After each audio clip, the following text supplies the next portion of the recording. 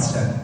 If you are crowned tonight, how will you show the rest of the Philippines and the world the true essence of a Batangueña?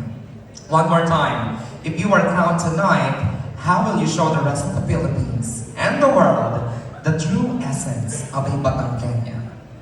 Honestly, during this time, I'm very emotional. I remember I was talking to my mom with all of my experiences in life before joining this pageant. And honestly, this pageant is unexpected.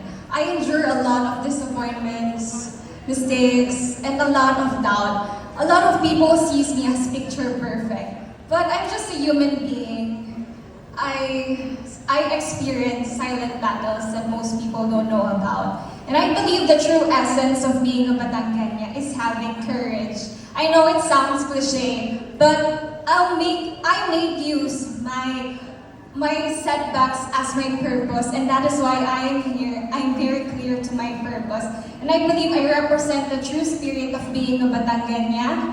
Strong, proud, and unwavering. Because it is something that I'm really proud. My province, and it is something